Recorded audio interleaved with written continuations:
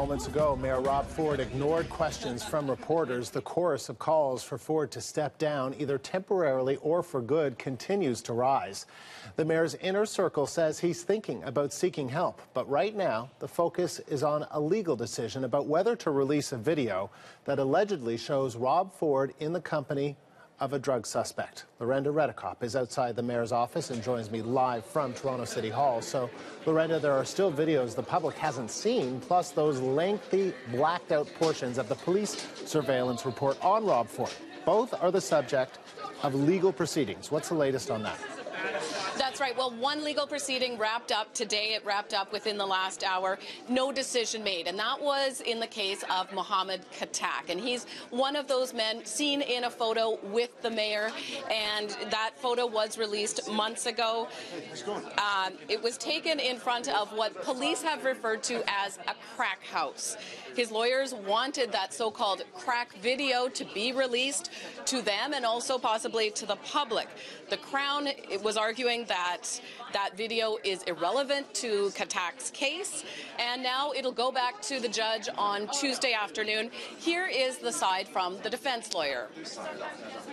It's important from my client's perspective because since May 16th, when the story broke, the Ford scandal, my client has been pulled into it, not because he chose to be in it, but because he had a one-off chance meeting with Mr. Ford and took the picture with him.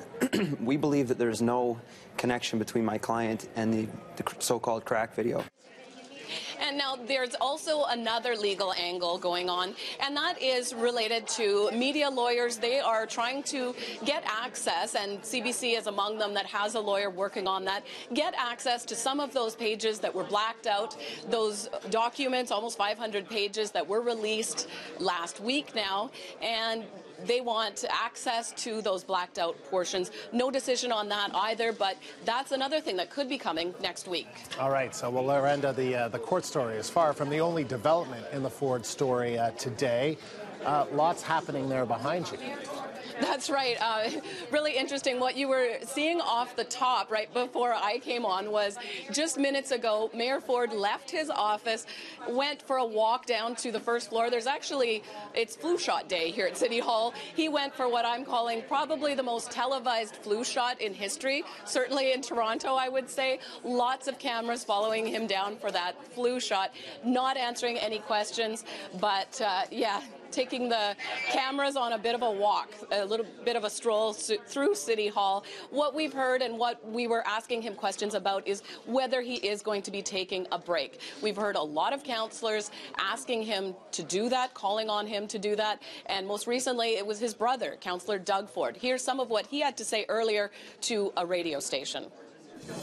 Rob went away for a couple of weeks and sat down and thought about life and moving forward and got a little bit of counseling. It doesn't take 2 or 3 weeks. It would take, months, but can he get a kickstart on just getting a fresh outlook?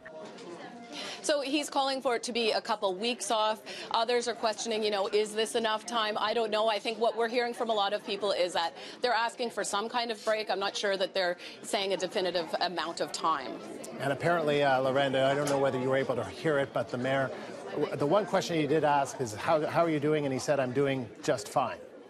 Okay, that's one I didn't hear. Yeah. I didn't actually go on that stroll. I was taking pictures from up above, from on the second floor here. There was another one of our reporters down there with him, so that's when that probably came out.